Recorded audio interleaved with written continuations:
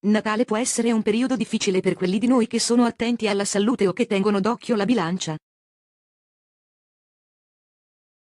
Si lavora sodo tutto l'anno mangiando bene e facendo attività fisica per mantenere la linea e poi basta mollare la presa per un paio di settimane per rischiare di vanificare gran parte del lavoro.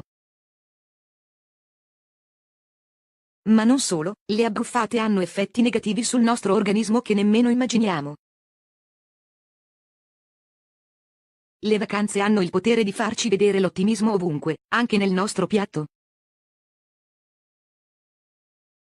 I biscotti di pan pepato sono a base di zenzero, che in pratica li rende salutari.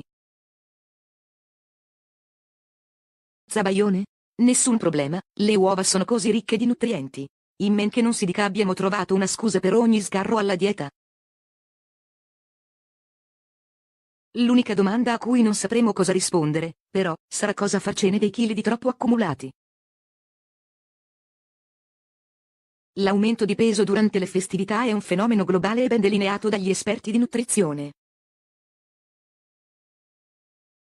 Durante uno studio citato dal magazzine Time, i ricercatori hanno scoperto che la media delle persone ingrassa di circa 1 chilo da novembre a gennaio. Potrebbe non sembrare molto, e certamente è meno di quanto si teme, ma di quel chilo in più è difficile liberarsene. Nello stesso studio è stato dimostrato che la tendenza è a non perdere più, entro l'inverno successivo, quel peso accumulato. Anzi,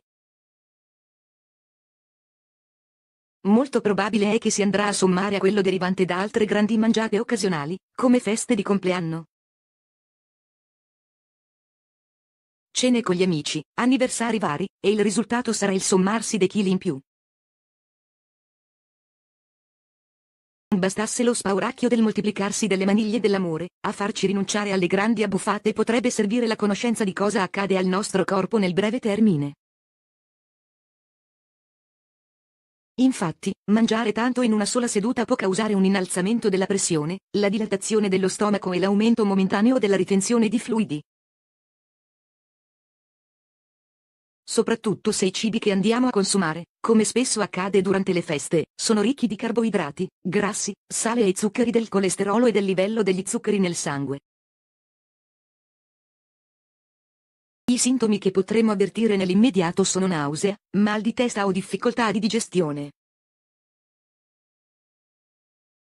Chiaramente tutto questo, in assenza di particolari problemi di salute, è normalmente destinato a passare nell'arco di qualche giorno.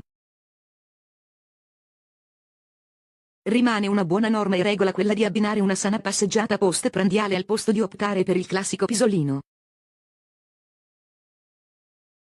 E lì per lì potrebbe sembrare un'ottima soluzione ma chi al risveglio verrebbe sicuramente rimpianto, almeno dallo stomaco.